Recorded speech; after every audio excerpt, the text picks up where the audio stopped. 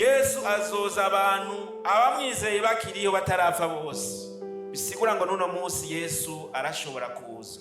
Abazokumva inzamba yiwe n'abamwizeye n'abafise mwemu yera muri bo, ni naco gituma uyu munsi nagomba ngo umuntu wese aze kwiyumvira, mbega mu vy'ukuri narakijijwe? Mbega mu vy'ukuri hamwe inzamba yovuzwa n'ubunyene umwami Yesu akaza gutora ishengero, mbega ni mubazo kumva inzamba? Nagomba ngo kibi kibazo twiyumvira. Ni naco gituma nagomba ngo muri iki gitondo, muri uku kwibukanya, dutunge imitima y'ubwenge. Umuntu wese abe hano yizeye umwami Yesu.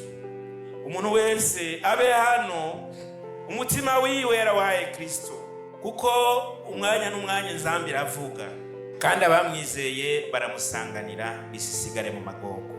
Amagogo azosigara nukuvuga ngo hari abantu turi kumwe hano bariko bumva aya majambo, ariko bakayabona ibisanzwe, ariko nagomba nkubwire ngo uzovyibuka ko twabivugira hano.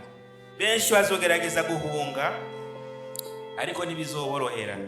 Bazobwirwa guhakana Yesu, ariko bibuke ko twabivuga. Bamwe bazonokorwa amaso, abandi bacibwa ibiganza, abandi bagira amakuba, bahunge, bangazwe, bagira amagogwa.